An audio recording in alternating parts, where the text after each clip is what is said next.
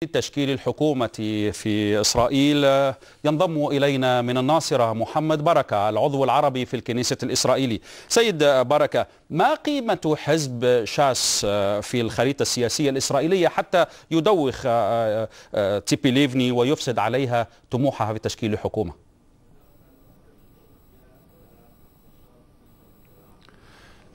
حزب شاس هو بيضة القبان في التشكيلة الائتلافية المحتملة أو التي تخطط لها تسيبي ليفني، وخاصة أنها تسعى إلى تشكيل نفس الائتلاف الذي استند عليه أولمرت في حكومته. هي اتفقت مع حزب العمل وهي قادرة على ما أعتقد على الاتفاق مع حزب المتقاعدين، ولكن بذلك هي ستملك فقط حوالي 55 مقعدا وربما أكثر قليلا، وهي بحاجة إلى مقاعد حزب شاس. هذا قبل قليل أعلن باسم ليفني أنها ستذهب غدا إلى رئيس إسرائيل شيمون بيرس لتبلغه أنها فشلت في مساعيها وأنها ستذهب إلى انتخابات. قد يكون هذا الإعلان شكل من أشكال الضغط في اللحظة الأخيرة، وقد يكون أنها قد تعلم أنها قد وصلت إلى طريق مسدود، لكن بدون أدنى شك حزب شاس بيده المفتاح لتشكيل حكومة برئاسة تسيبي ليفني.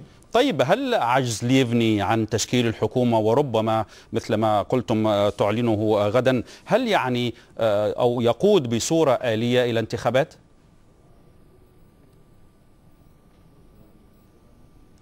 يعني إذا لا، ليس بالضرورة. القانون يتيح المجال للرئيس الإسرائيلي شيمون بيرس بأن يلقي مهمة تشكيل الحكومة على عضو كنيسة آخر غير تسيبي ليفني، ولكن من أجل ذلك عليه أن يقوم بمشاورات أو أن يستند إلى المشاورات التي قام بها مع الكتل البرلمانية، بحيث يكون عنده انطباع أن هنالك عضو كنيسة آخر قادر على تجنيد أغلبية برلمانية لتشكيل حكومة.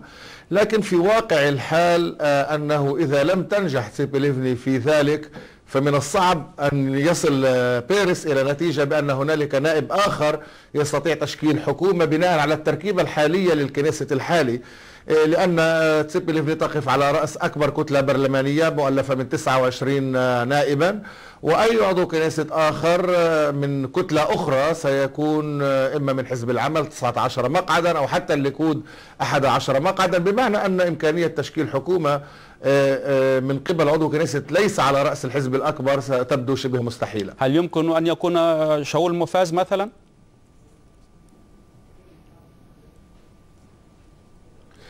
يجب أن ينتخب رئيسا لكديمة، يجب يعني على حزب كديمة أن يطيح خلال 24 ساعة بتسيبي ليفني من أجل أن ينصب شاول موفاز رئيسا للحزب كي يشكل حكومة.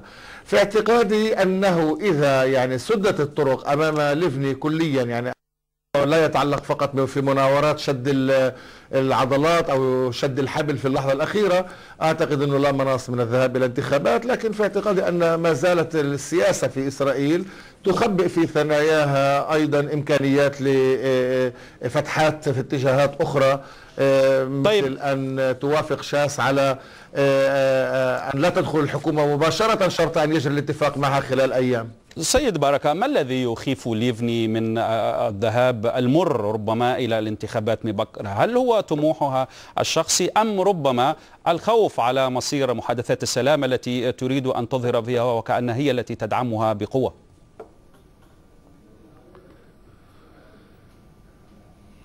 موضوعها يعني محادثات السلام هي ليست الشغل الشاغل لليفني، بمعنى أنها هي ربما ستكون معنية بحراك سياسي أو بعملية سلام، لكن هي غير قادرة وغير معنية على التوصل إلى اتفاق في فترة ولايتها الحالية إذا تمت طبعا لرئاسة الحكومة، لأنها تريد أن تثبت موقعها على رأس الهرم السياسي في إسرائيل.